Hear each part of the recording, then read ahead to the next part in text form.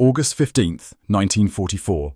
A convoy of American military trucks wound through the Iowa countryside toward a POW work camp near Des Moines, carrying cargo that would expose the vast industrial and infrastructural chasm between two nations at war. Inside sat 47 German prisoners, engineers and technicians from the Wehrmacht's Construction and Logistics Corps, captured during the Normandy campaign. They were exhausted, defeated, and completely unprepared for what they were about to witness. As the convoy passed through rural farmland on the way to the camp, prisoners stared out the canvas-covered truck beds at the American countryside. What they saw in the next hour would become a story told and retold for generations. A revelation about American abundance so profound it would shatter every assumption they held about their enemy's industrial capacity and standard of living. Before we discover what made these trained engineers weep over light switches and water faucets, tell us where you're watching from in the comments below.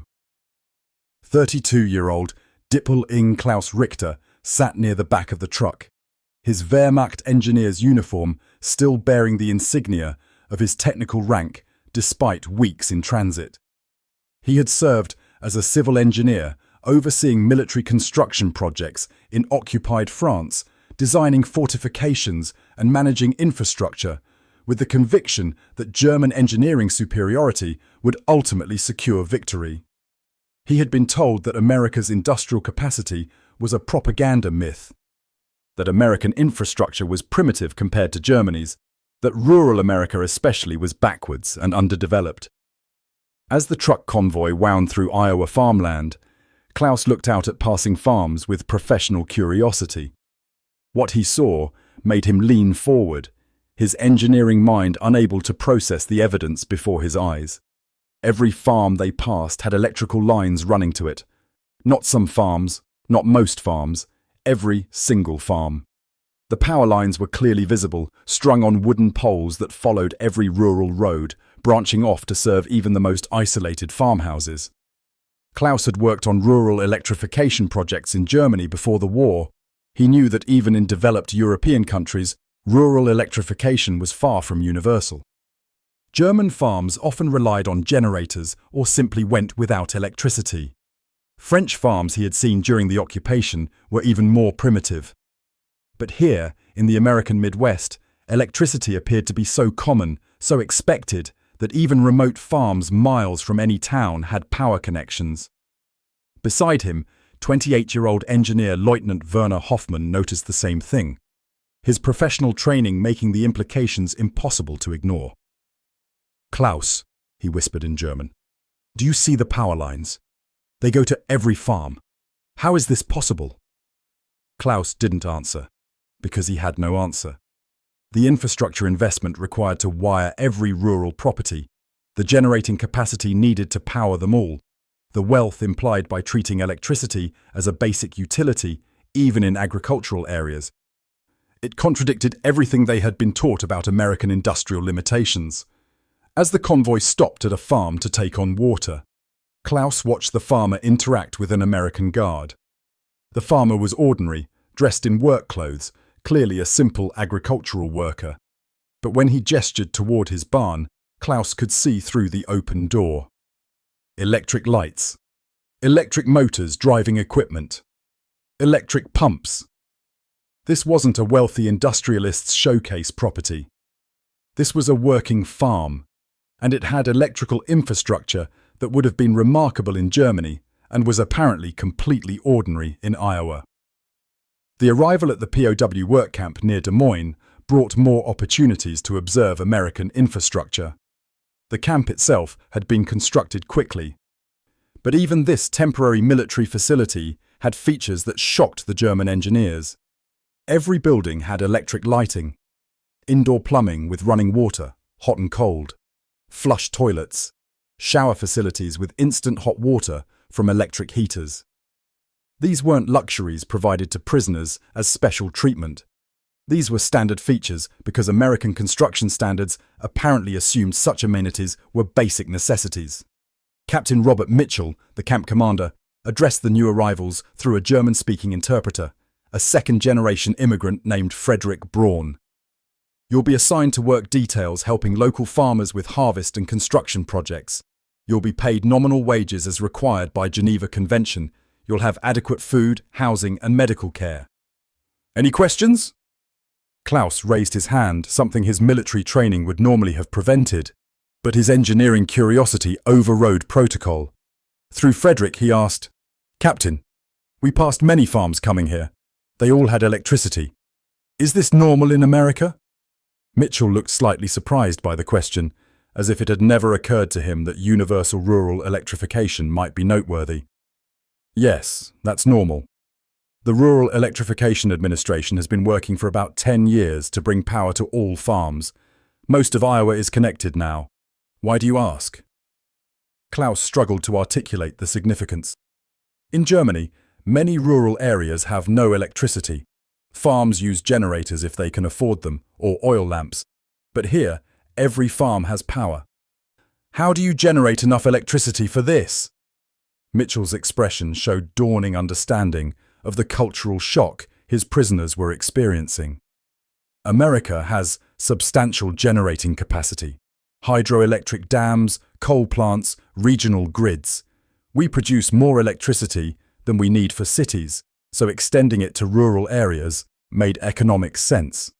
Farmers are more productive with electric equipment. The casual mention of generating more electricity than cities needed, of rural electrification as an economic calculation rather than an impossible luxury, hit Klaus with the force of revelation. America wasn't just industrially strong.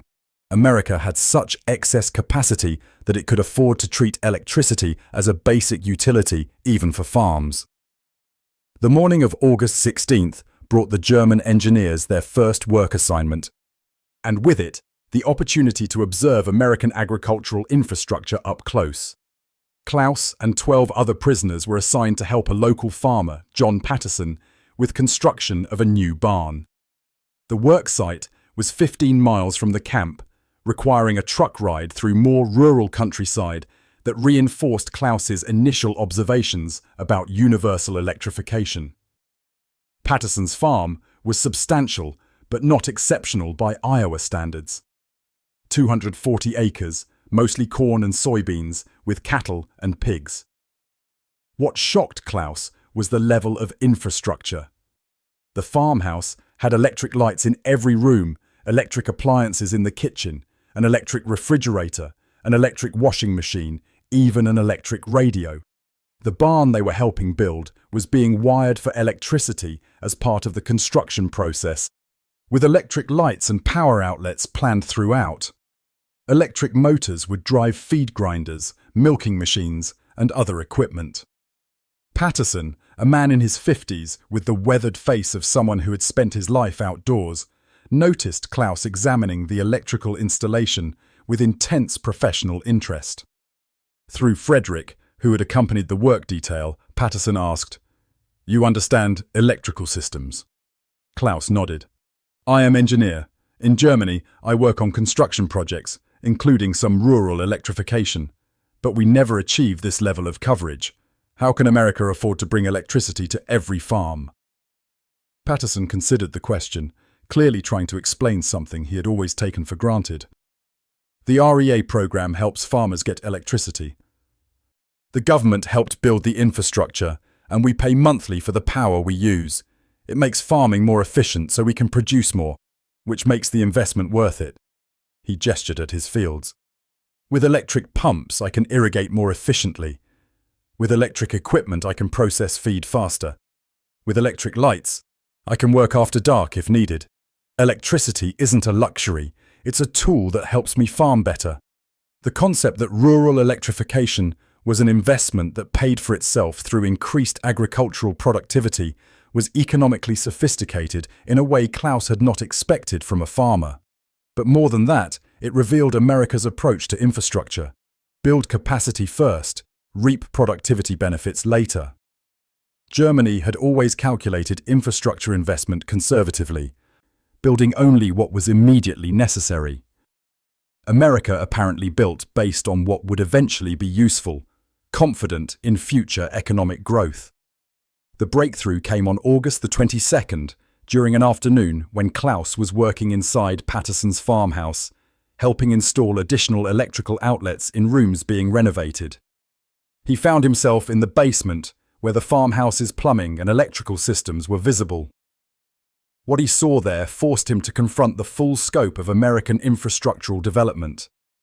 The house had a complete electrical panel, with circuit breakers for different areas, the kind of sophisticated distribution system Klaus had only seen in German industrial facilities. The plumbing system included hot water, heated by an electric water heater, a luxury most German civilians didn't have. There was even an electric sump pump to prevent basement flooding. This wasn't a rich man's mansion. This was a working farmer's house, and it had infrastructure that German middle-class urbanites would envy. Patterson found Klaus examining the electrical panel with something approaching awe. "Everything okay with the wiring?" he asked through Frederick, who had come inside to help with translation.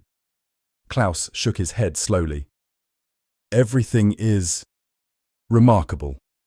This house has better electrical infrastructure than many German factories. And you say this is normal? That every farm has this?" Patterson nodded. "Pretty much. Maybe not every single farm, but most. The REA made it affordable.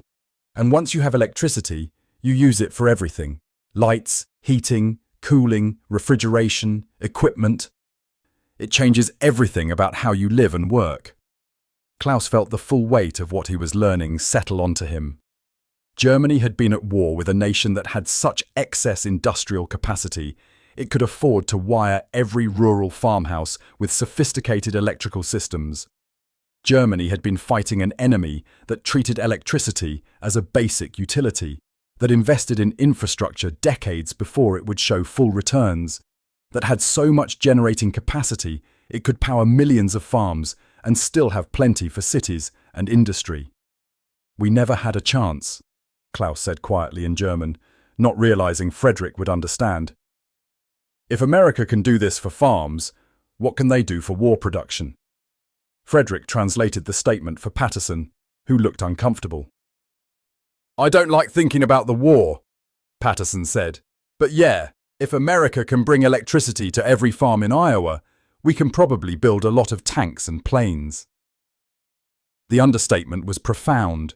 The same organizational capacity, industrial base, and economic confidence that had wired rural America would inevitably crush Germany's more limited industrial capacity.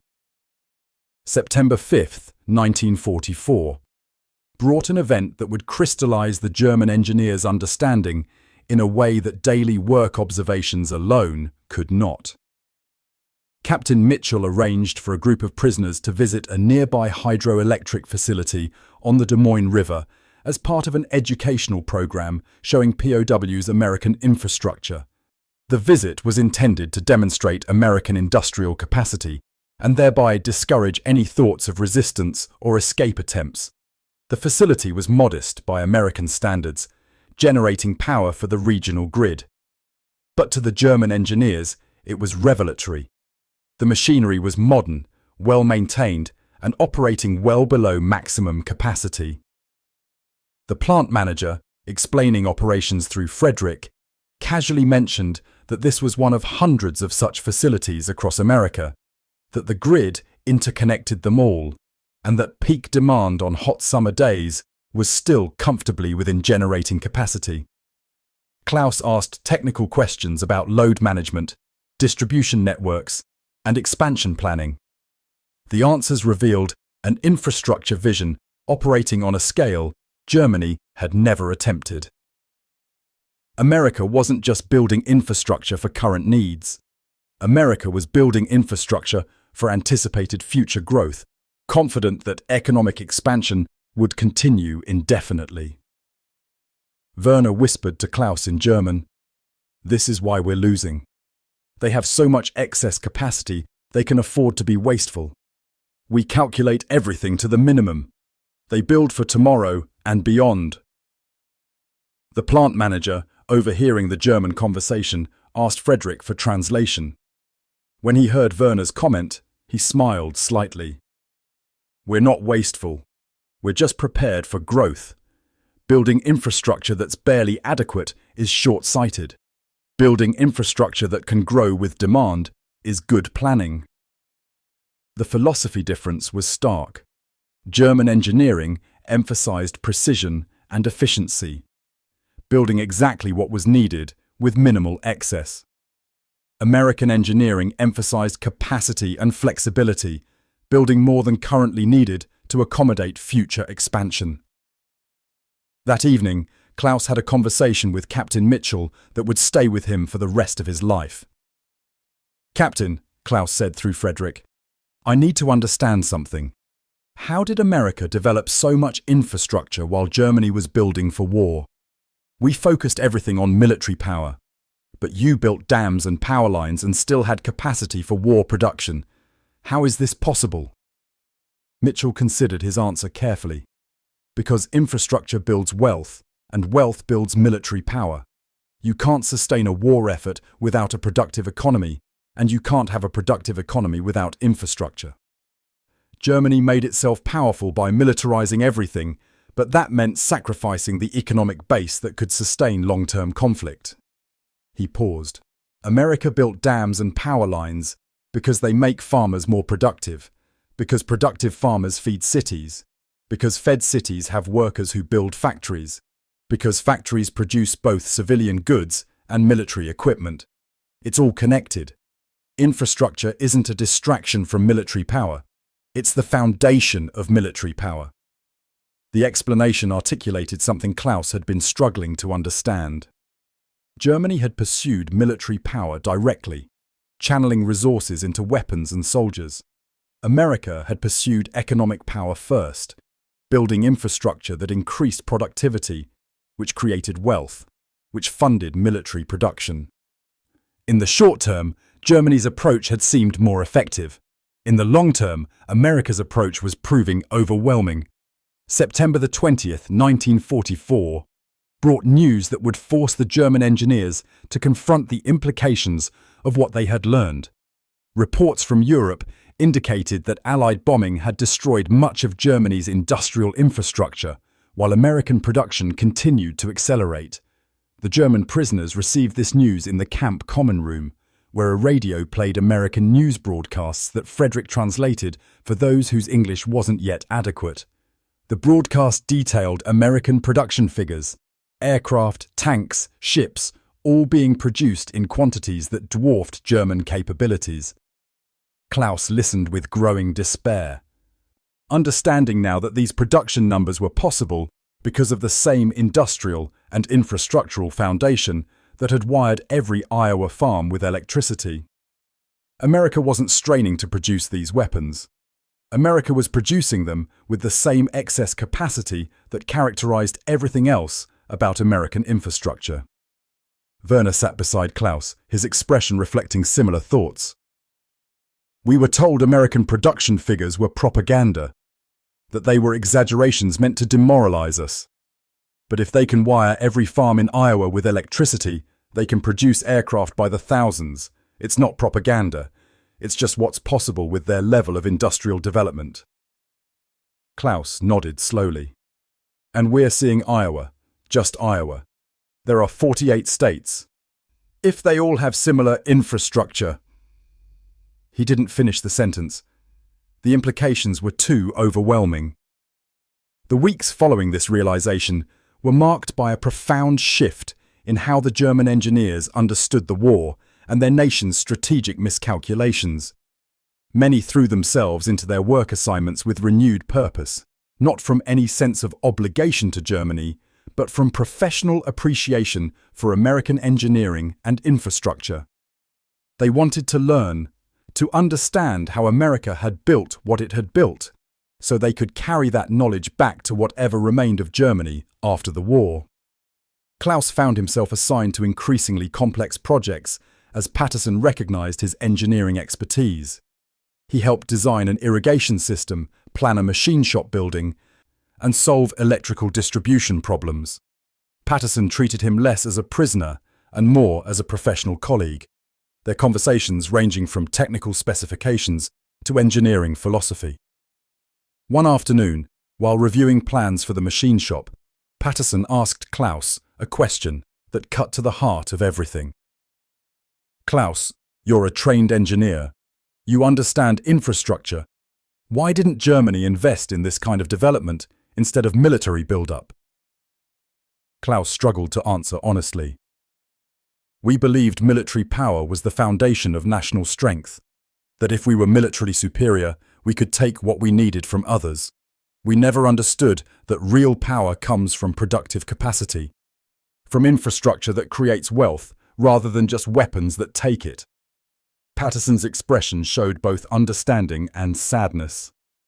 That's the difference between building and conquering. Building creates sustainable power. Conquering just redistributes existing resources until you run out. America has farms with electricity not because we conquered somebody who had it, but because we built it ourselves. That's power nobody can take from us. November 15th, 1944.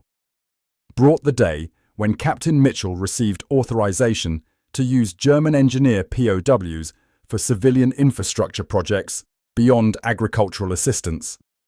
Several counties in Iowa needed help with road maintenance, bridge repairs, and other public works that had been neglected during the war.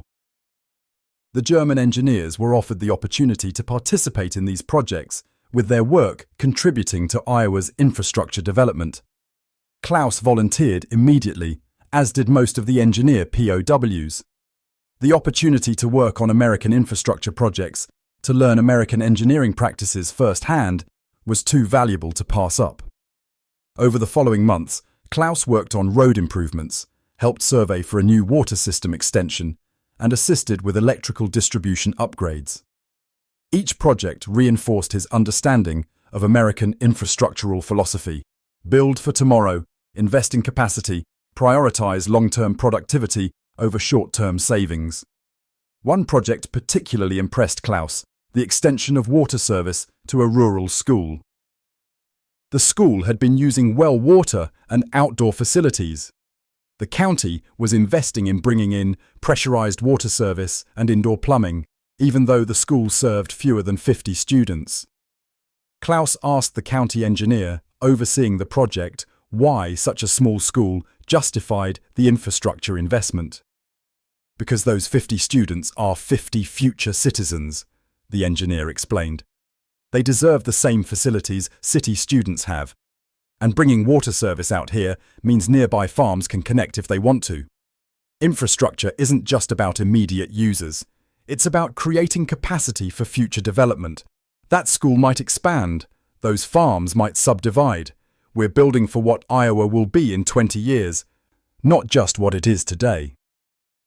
The philosophy of building for an imagined future, rather than just addressing current needs, represented a confidence in continued prosperity that Germany had never possessed. German infrastructure had always been about catching up, about matching competitors, about filling obvious gaps.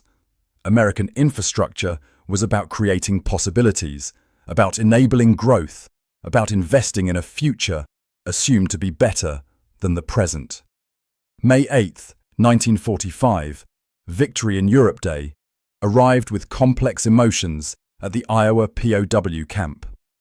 While Americans celebrated Germany's defeat, the German engineers confronted the reality of returning to a homeland that had been bombed back decades in infrastructure development.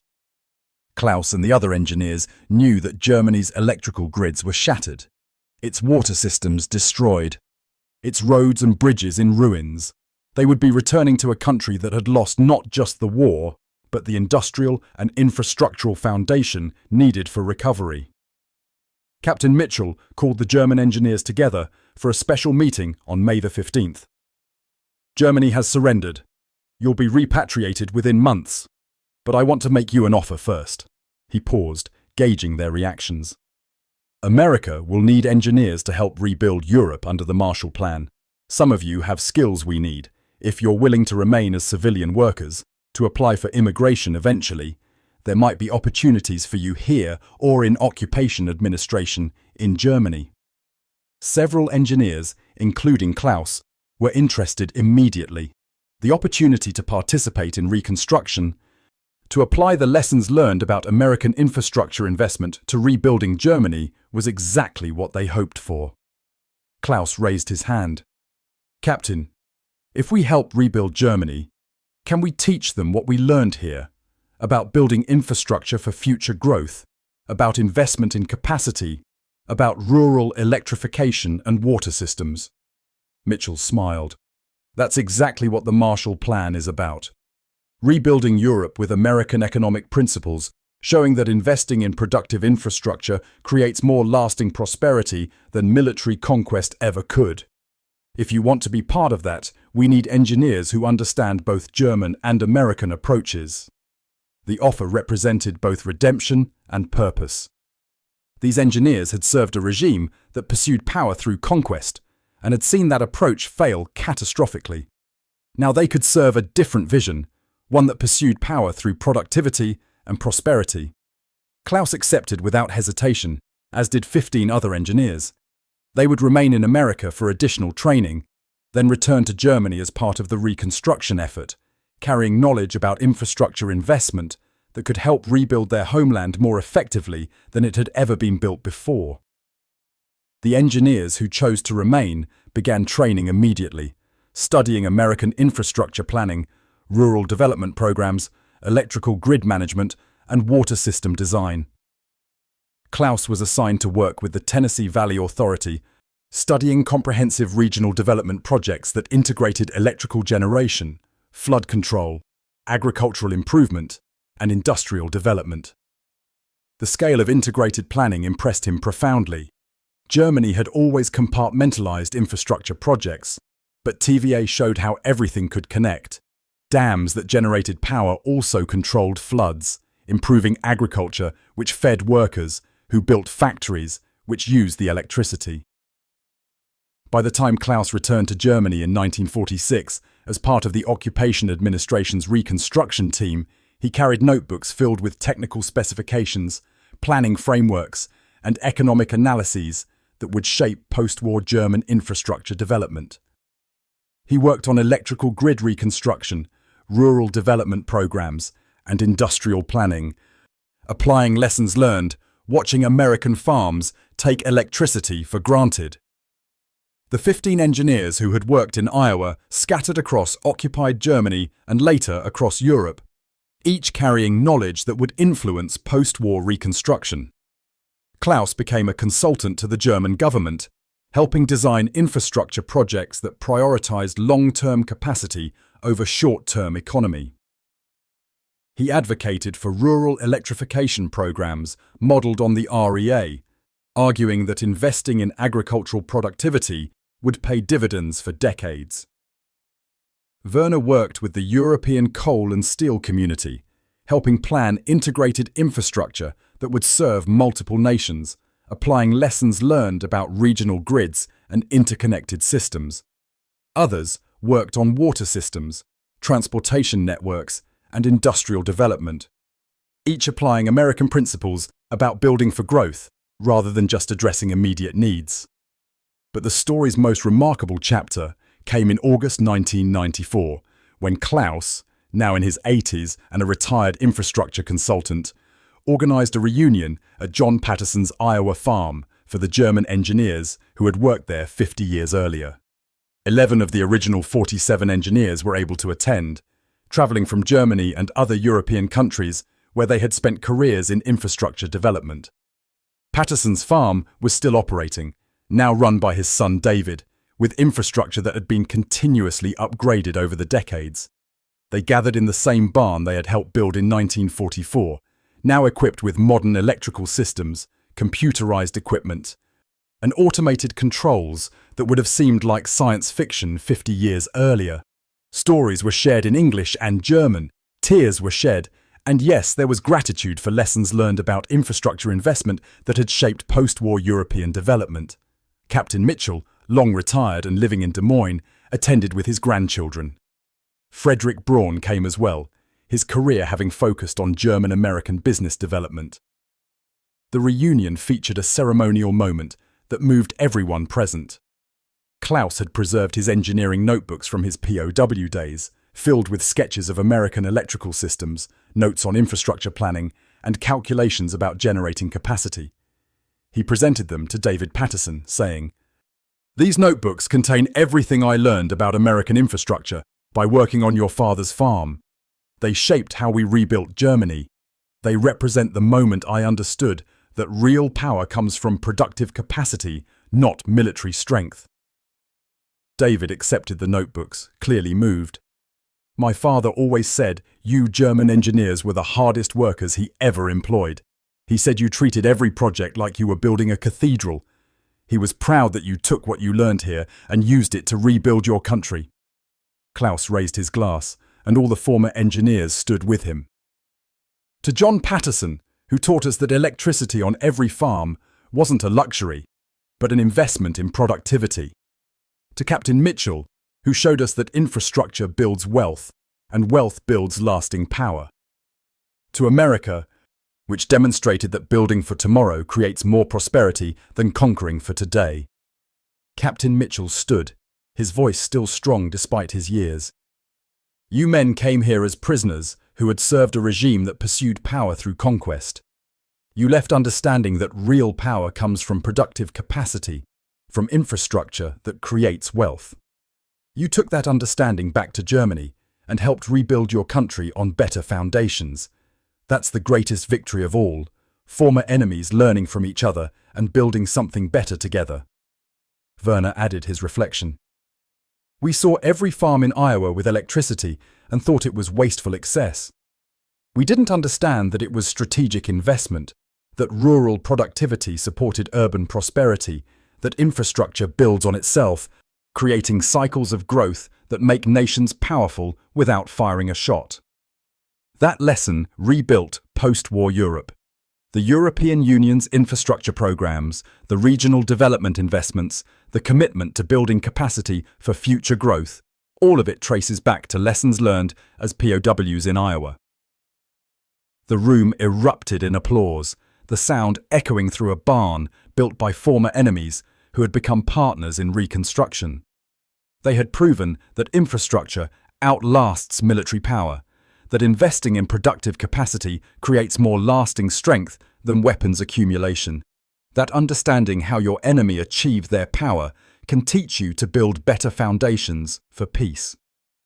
The German engineers, who couldn't believe every American farm had electricity, learned the most important lesson of all, that real national power flows from infrastructure that makes citizens productive, that building for an optimistic future creates that future, and that treating basics like electricity and running water as universal rights rather than rare privileges builds a foundation of prosperity that military conquest can never achieve. And it all began with power lines running to every farm, with water faucets in every house, with infrastructure so ubiquitous it seemed ordinary to Americans, but revealed to German engineers that they had been fighting an enemy whose productive capacity was built on foundations their nation had never imagined constructing.